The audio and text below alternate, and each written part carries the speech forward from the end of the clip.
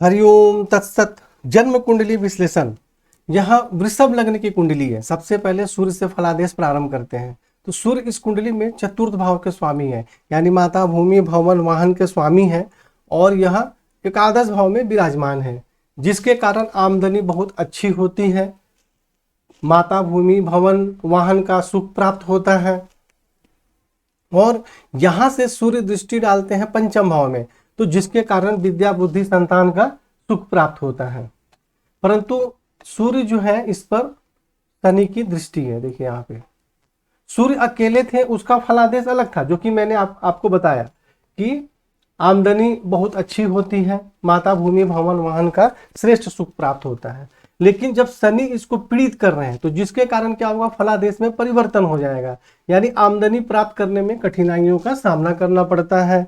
माता, भूमि, भवन, वाहन के सुख में भी कठिनाई एवं परेशानी होती है, यानी माता से मतभेद हो जाना या माता के स्वास्थ्य में परेशानी हो जाना या मकान, भूमि, भवन इत्यादि के सुख में भी कठिनाई एवं परेशानी होती है।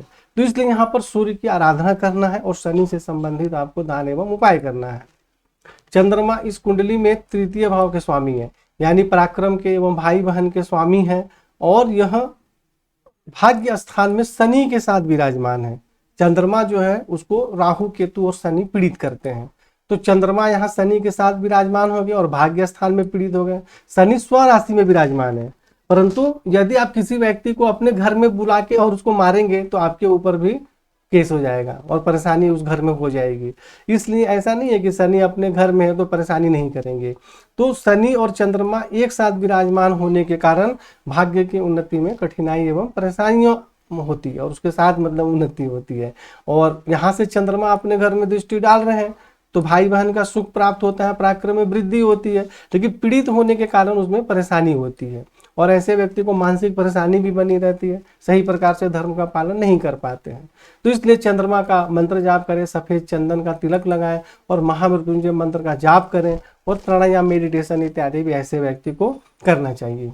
मंगल जो है इस कुंडली में द्वादश भाव के स्वामी है और सप्तम भाव के स्वामी है, यानी विदेश के स्वामी हैं, खर्च के स्वामी हैं और पति एवं वैवाहिक जीवन के स्वामी हैं, दैनिक रोजगार के भी स्वामी हैं और यह दसम भाव में विराजमान है। देखिए मंगल जो है वह दसम भाव में विराजमान है और मंगल पर परंतु केतु की दृष्टि है, यानी कि सप्तम भाव के स्वामी दसम भाव में विराजमान हो गए और इस पर केतु की दृष्टि है, तो जिसके कारण वैवाहिक जीवन के सुख में कठिनाई एवं परेशानी होती है, मतभेद भी हो जाता है और रोजगार के क्षेत्र में भी कठिनाई एवं परेशानियों का सामना करना पड़ता है। अत्यधिक एवं फिजूल खर्च के कारण भी परेशानी होती है, बाहरी स्थानों के संबंध से भी कुछ परेशानी होती है और यहाँ से मंगल दृष्टि डाल रहे हैं लग्न पर, तो जिसके कारण ऐसे व्यक्ति परिश्रमी, हिम्मती, निडर होते हैं, परंतु स्वास्थ्य से संबंधित कुछ परेशानी भी होती है।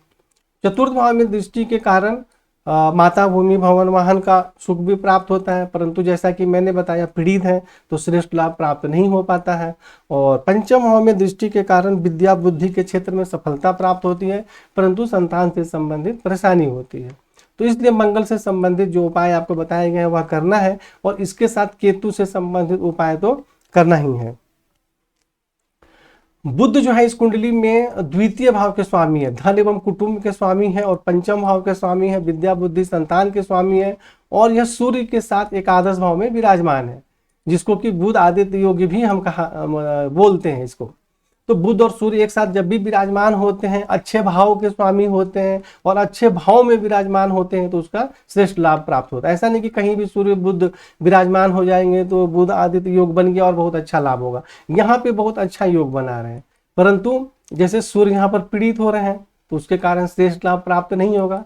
तो सिर्फ हम बुध का फलादेश देखते हैं, तो बुध यहाँ विराजमान होने के कारण आमदनी अच्छी होती है और बुध यहाँ पे जैसे कि नीच राशि में विराजमान है, परंतु यहाँ वक्री है, तो कोई भी ग्रह यदि नीच राशि में विराजमान हो और वक्री हो जाते हैं तो उनका नीच भंग हो जाता है। तो इसलिए यहाँ पे बुध विराजमान होने के कारण आमदनी बहुत अच्छी होती है, अचानक लाभ प्राप्त होता है, धन एवं कुटुंब का भी श्रेष्ठ सुख प्राप्त होता है, धन का संग्रह होता है और यहाँ से स्वयं के घर में दृष्टि डाल रहे हैं, जिसके कारण विद्या, बुद्धि, संतान का श्रेष्ठ सुख प्राप्त होता है। तो बुध यहाँ पर बहुत अच्छा लाभ दे रहे हैं। गुरु जो है इस कुंडली में आमदनी भाव के स्वामी हैं और आयु भाव के भी स्वामी हैं। हालांकि स्वास्थ्य के लिए गुरु को अकारक माना जाता है, लेकिन आमदनी के लिए अच्छे होते हैं। और गुरु यहाँ पंचम भाव में विराजमान है, तो जिसके कारण माता, भूमि, भवन, वाहन का सुख प्राप्त होता है। और यहाँ से स्वयं के घर में दृष्टि डाल रहे हैं, जिसके कारण आयु में वृद्धि होती है। दसम भाव में दृष्टि के कारण पिता राज रोजगार के क्षेत्र में सुख सम्मान एवं सफलता प्राप्त होती है, उच्च पद प्राप्त होता है। और द्वादश भाव में दृष्टि के कारण बाहरी स्थानों के संपर्क से सहयोग प्राप्त होता है। लेकिन जो गुरु है उस पर राहु की दृष्टि है, यानी कि गुरु पीड़ित हो गए, तो जिसके कारण माता, भूमि, भवन, आमदनी, स्वास्थ्य, आयु, इन सभी क्षेत्रों में कठिनाई एवं परेशानी होती है। तो भाई अकेले ग्रह का फलादेश अलग होता है। जब उस ग्रह पर कोई ग्रह दृष्टि डालते हैं या वह ग्रह किसी पे दृष्टि डालते हैं दूसरे ग्रह पर, तो उसका फलादेश में परिवर्तन हो जाता है। तो गुरु यहाँ पीड़ित हो गए, तो जिसके कारण माता, भूमि, भवन के सुख में भी परेशानी होगी। और आमदनी भाव के स्वामी है तो उसमें भी परेशानी होगी। अब देखिए, जैसा कि मैंने बुध के विषय में बताया, आमदनी बहुत अच्छा होता है, लेकिन गुरु जो है उसके स्वामी पीड़ित हो गए तो आमदनी में परेशानी होती है। तो इस प्रकार मिला जुला प्रभाव होता है। जैसे बुध का जब समय आएगा तो आमदनी अच्छी होगी, जब गुरु का समय आएगा तो कुछ कठिनाई भी होगी। सूर्य यहाँ पर पीड़ित है तो उसमें भी आमदनी में कुछ परेशानी होगी। तो इस प्रकार इनको समझना चाहिए कि कौन सा ग्रह हमें लाभ दे रहा है कि हानि दे रहा है। उसका अलग अलग पेज में अलग अलग फलादेश आपको इसलिए बताया जाता है कि जैसे जैसे ही आप अगर सूर्य का पेज आपने खोला तो वहां पे आपने देख लिया कि भाई सूर्य पर शनि की दृष्टि है, पीड़ित हो रहा है, ये परेशानी होगी। तो जब भी सूर्य की अंतरदशा, प्रत्यंतर दशा, महादशा आएगी तो उससे पहले हमें सावधान हो जाना चाहिए कि ये परेशानी होगी और हमें इसका उपाय करना चाहिए। शुक्र जो है वह लग्नेश है, लग्न के स्वामी है और रोग एवं शत्रु के भी स्वामी है। और शुक्र है यहाँ पे दसम भाव में विराजमान है, परंतु 25 अंश के, देखिए अंश बल में बिल्कुल कमजोर है। तो यहाँ विराजमान होने के कारण पिता, राज्य एवं रोजगार के क्षेत्र में सुख सम्मान एवं सफलता प्राप्त होती है। शारीरिक स्वास्थ्य, सौंदर्य, सम्मान, प्रतिष्ठा में भी वृद्धि होती है। चतुर्थ भाव में दृष्टि के कारण माता, भूमि, भवन, वाहन का सुख प्राप्त होता है। लेकिन चलित कुंडली में जो शुक्र है वह सूर्य के साथ चले जा रहे हैं, देखिए यहाँ तो यहाँ अस्त भी हो जा रहे हैं, तो जिसके कारण शुक्र से संबंधित श्रेष्ठ लाभ प्राप्त नहीं हो पाता है। इसलिए आपको शुक्र को प्रबल करना अत्यंत आवश्यक है, जिससे कि स्वास्थ्य भी अच्छा रहे और आपको लाभ प्राप्त हो। शनि जो है इस कुंडली में राजयोग कारक ग्रह होते हैं, यानी कि दसम भाव के भी स्वामी हैं और भाग्य भाव के भी स्वामी हैं, यानी केंद्र और त्रिकोण के स्वामी हैं। और स्वराशि में विराजमान है तो यह बहुत अच्छा योग है। तो ऐसे में तो यही होगा कि भाग्य की विशेष उन्नति होती है। ऐसे व्यक्ति धर्म का पालन करते हैं, पिता, राज रोजगार के क्षेत्र में सुख सम्मान एवं सफलता प्राप्त होती है। लेकिन यहाँ पे शनि जो है चंद्रमा के साथ विराजमान है, इस कारण से भाग्य की उन्नति में कठिनाई एवं परेशानी भी होती है, लेकिन पिता, राज रोजगार के क्षेत्र में सफलता प्राप्त होती है। द्वादश भाव में दृष्टि के कारण बाहरी स्थानों के संपर्क से सहयोग प्राप्त होता है। और तृतीय भाव में दृष्टि के कारण पराक्रम में वृद्धि होती है, परंतु भाई बहन के सुख में कुछ परेशानी होती है।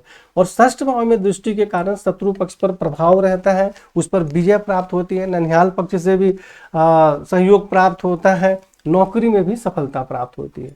तो यहाँ शनि राजयोग कारक ग्रह है, स्वराशि में है, परंतु फिर भी शनि से संबंधित कुछ दान उपाय आपको करना चाहिए, क्योंकि चंद्रमा यहाँ पे पीड़ित हो जा रहे हैं और चंद्रमा का हमारे जीवन में बहुत ज़्यादा महत्व है। यदि सूर्य और चंद्रमा और गुरु, इनका हमारे जीवन में बहुत ही ज़्यादा महत्व होता है।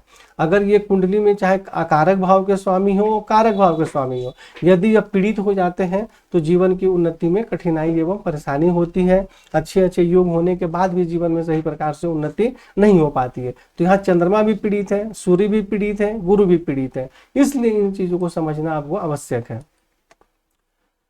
और यहाँ से शनि का तो मैंने बता ही दिया। अब राहु जो है यहाँ पे अष्टम भाव में विराजमान है, जिसके कारण स्वास्थ्य एवं आयु के संबंध में परेशानी होती है।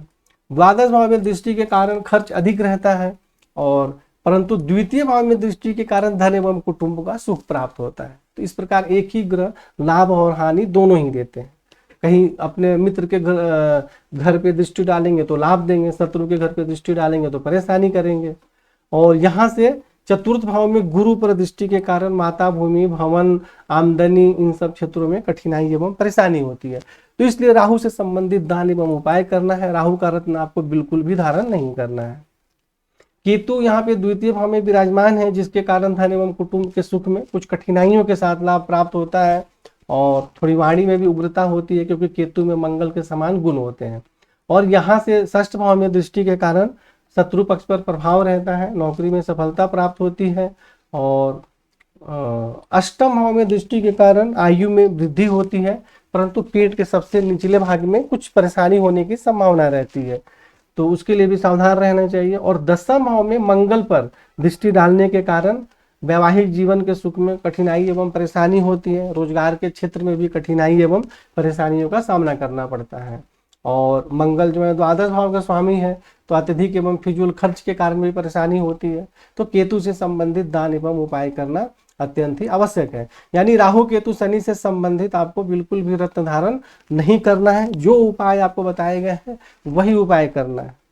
तो इस प्रकार आपको समझाने के लिए वीडियो बनाया गया था। आप वीडियो देखें, कुंडली को भी 2-4 बार पढ़ें और फिर फोन करके चर्चा करें। हरिओम तत्सत।